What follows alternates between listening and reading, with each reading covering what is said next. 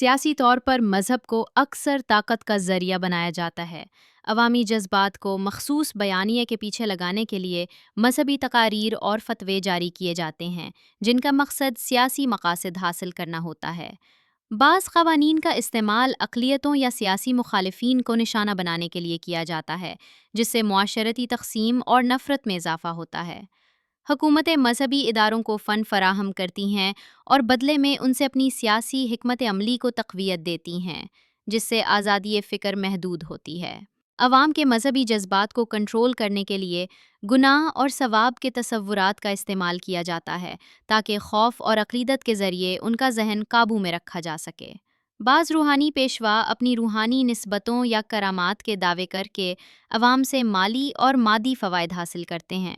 کئی بار مذہبی مراکز میں خواتین اور بچوں کے ساتھ استحصال کے واقعات رپورٹ ہوتے ہیں، مگر مذہبی خوف کی وجہ سے زیادہ تر لوگ خاموش رہتے ہیں۔ اقتصادی ماہرین کے مطابق صرف اسلامی مصنوعات اور خدمات کی عالمی مارکیٹ کی قیمت کئی ٹریلین ڈالرز میں ہے۔ اس مارکیٹ میں مذہبی عقائد کو سرمایہ کاری اور کاروبار کا ذریعہ بنایا گیا ہے، جس سے مذہب کی روحانیت اور علمی قدر متاثر ہوتی ہے۔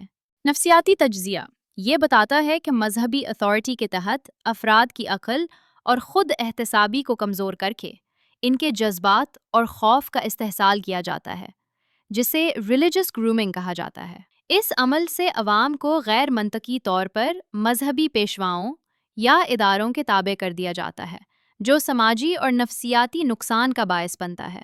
اسلام انسان کو عقل، عدل اور آزادی کی تعلیم دیتا ہے، لیکن جب اسے مالی، سیاسی اور جذباتی استحصال کے لیے استعمال کیا جائے تو یہ دین کی روح کو مسخ کر دیتا ہے۔ ضروری ہے کہ دینی اداروں میں شفافیت اور احتساب کو یقینی بنایا جائے۔ عوام کو دینی علم اور فہم کی بنیاد پر سوال کرنے کی حوصلہ افزائی کی جائے اور مذہب کو ذاتی عقیدہ اور روحانیت کا ذریعہ سمجھا جائے، نہ کہ کسی کاروباری یا سیاسی مقصد کا آلہ۔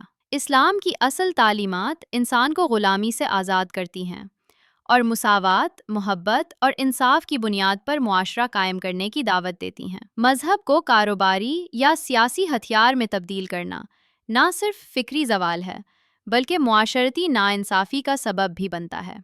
ایسے اقدامات سے بچنا ضروری ہے تاکہ دین کی حقیقی روح اور تعلیمات برقرار رہ سکیں۔